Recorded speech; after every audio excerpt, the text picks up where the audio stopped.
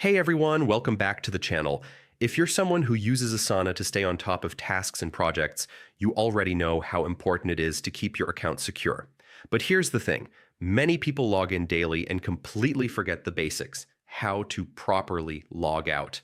In today's video, I'll walk you through the full step-by-step process of logging out of Asana in 2025.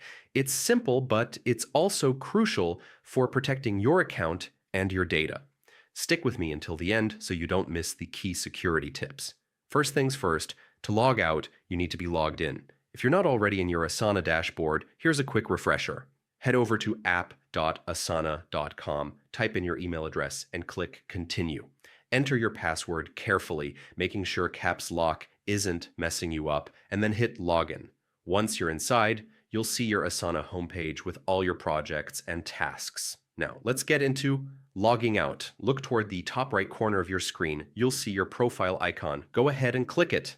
A drop-down menu will appear with several options. From there, simply select Log Out.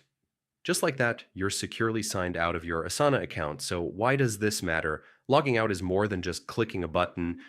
It's about keeping your information safe. If you're on a shared or public computer, forgetting to log out could leave your projects exposed. Even on your own devices, regularly signing out helps prevent unauthorized access and keeps your work secure. To wrap this up, always make logging out part of your routine, especially when switching devices or working in public spaces.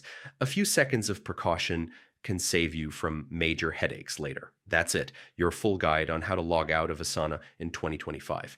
If you found this tutorial helpful, make sure to hit that like button, subscribe for more tech and productivity guides, and check out the description for additional tips and resources. Thanks for watching, and I'll see you in the next one.